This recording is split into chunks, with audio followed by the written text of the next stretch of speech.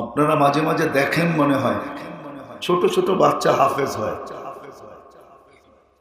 সৌভাগ্যবান ওই মা বাবা যেই সন্তান হাফেজ হইল, ওই সন্তানকে যেই সময় জান্নাতে দিবে বা তার জন্য বিশেষ জান্নাতে একটা জায়গা রাখা আছে, সোসাইটি বানায় রাখছে আল্লাহ হাফেজদের জন্য। হাদিসের ভিতরে আছে ইন্না ফিল জান্নাতি লা নাহরা, জান্নাতে একটা লেক আছে, লেক ইউকালু লাহু রায়্যান, এর নাম হইল রায়্যান। আলাইহি মাদিনাতুম মিন মারজান, মারজান পাথর দিয়ে আল্লাহ একটা শহর বানাবে। লাহু ৭০,০০০ বাবান, ওই শহরে ঢুকার আগে ৭০,০০০ গেট আছে।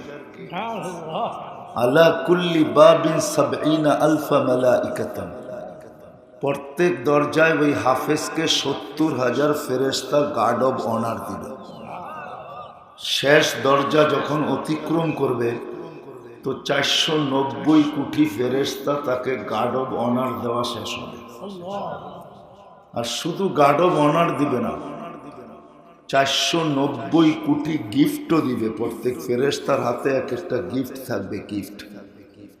আল্লাহর রসুল বলছে হাদা লি হাফিজুল কোরআন, এটা হাফেজে কোরআনের মিলবে। আপনি বলবেন মা বাবা, বলে মা বাবা যখনই যাবে তখনই তাদেরকে গার্ড অব অনার দিবে। আল্লাহ বুঝাইতে চাইছেন মা বাবাকে তো আরো বড়টা দিবে। জানি না সিলেটের মানুষ জানে কি জানে না, মাঝে মাঝে সরকারও কিন্তু পেটের পুরস্কার দেয়, দেয় না? কি জানেন?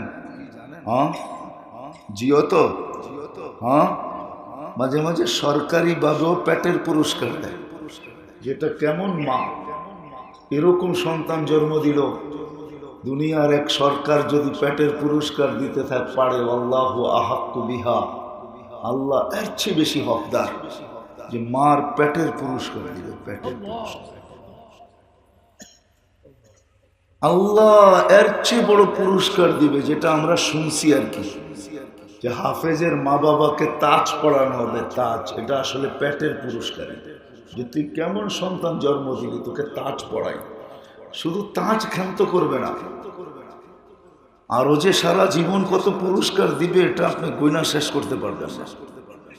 এটা বইলেও শেষ করা যাবে না, গয়নাও শেষ করা যাবে না।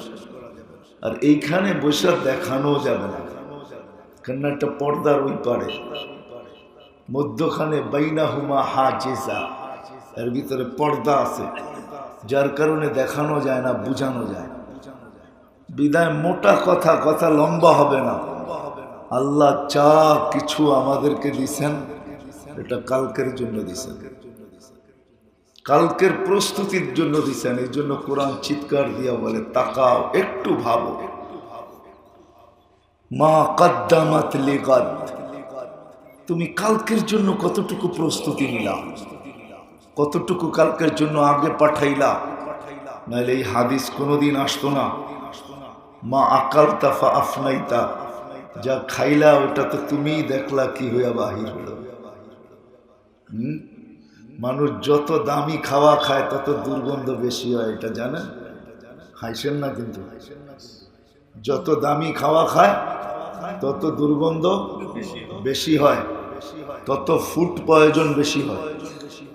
আর যত সস্তা খানা খায়, গ্রাম্য শাক ভাত মাছ ডাল তরকারি যেটি খায়, ওটিতে এত দুর্গন্ধ হয় না। আমাদের দেশে ইদানিং না স্যানিটারি বাথরুম আসছে, এর আগে স্যানিটারি বাথরুম ছিল ছিল কি বলেন?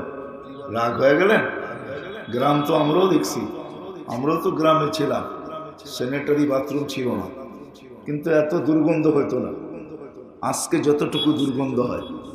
কেননা আগের খাওয়া সাদা সিধা ছিল, শাক ভাত ছিল, মাছ ছিল, ঠিক না? এত আইটেম ছিল না, সাদা সিধা ছিল। হয়তো বৎসরে এক আধবার ঈদে হইতো, বিয়েতে হইতো, সচরাচর সাদা সিধা খাওয়া ছিল, এত বেশি দুর্গন্ধ হইতো না। বিদায় বাড়ির পাশের বাথরুমও বিরক্ত করতো না। আর এখন কি, স্যানিটারি হওয়ার পরে খাওয়ার মাত্রা বাড়ছে, দুর্গন্ধও বাড়ছে, ঠিক না? এটাই সত্য। মানুষ যত ভালো খায় এই জন্য শহরের মানুষের দুর্গন্ধ বেশি, এই জন্য ওদের ড্রেন বড় গভীর হইতে হয়। হ্যাঁ, দুর্গন্ধ বেশি, ভালো খায় এই জন্য দুর্গন্ধ বেশি। উন্নত বিশ্বে আরো দুর্গন্ধ বেশি। ওই যে লন্ডনওয়ালা পাশে ঘুরে রয়েছে, জিজ্ঞাসা করেন, আমিও তো ঘুরা বেড়াই, আমার নাকে মাঝে মাঝে লাগে, এমন না যে নাকে লাগে না। তো যেটা বুঝাইতেছিলাম, আল্লাহ যা দিছেন ওটা কালকের জন্য। এই জন্য বলছেন মা আকাল তাফা আফনাইতা, যা খাইলা তা তুমি দেখলা কি হইয়া বাহির হতেছে।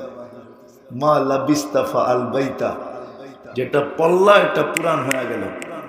মা কদ্দামতা ফাজাখারতা, যেটা আগে পাঠাইলা ওটা পুঞ্জীবিত রইল।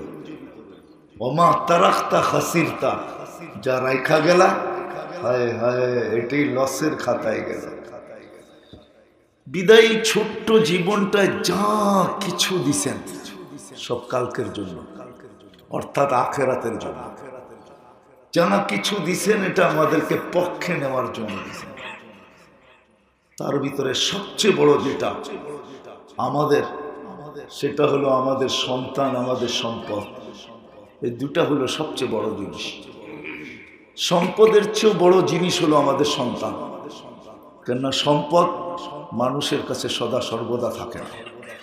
যদি থাকতো তাহলে কবি কোনোদিন এই ছন্দ লিখতেন না, সকালবেলার ধনী রে তুই ফকির সন্ধ্যাবেলা।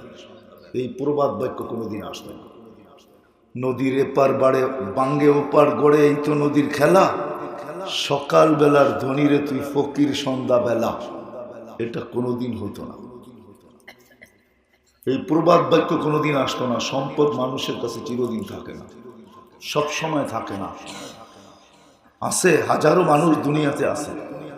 বাংলাদেশে আজকে কোটি রয়্যাল ফ্যামিলি, কিন্তু একদিন বাংলাদেশে ছিল 40টা মাত্র রয়্যাল ফ্যামিলি ছিল। 40টা, জানি না বুড়ারা জানি কিনা, 40টা রয়্যাল ফ্যামিলি ছিল বাংলাদেশে। ওই 40 রয়্যাল ফ্যামিলি এখন কোনো নাম নিশানা নাই। ওদের সন্তানরা এখন ভিক্ষা করে, ভিক্ষা। বিশ্বাস হয়? চলেন আমার সাথে দেখা দিব। ঢাকার নবাব মশহুর ছিল, এখনো নবাব বাড়ি মশহুর, ঠিক না?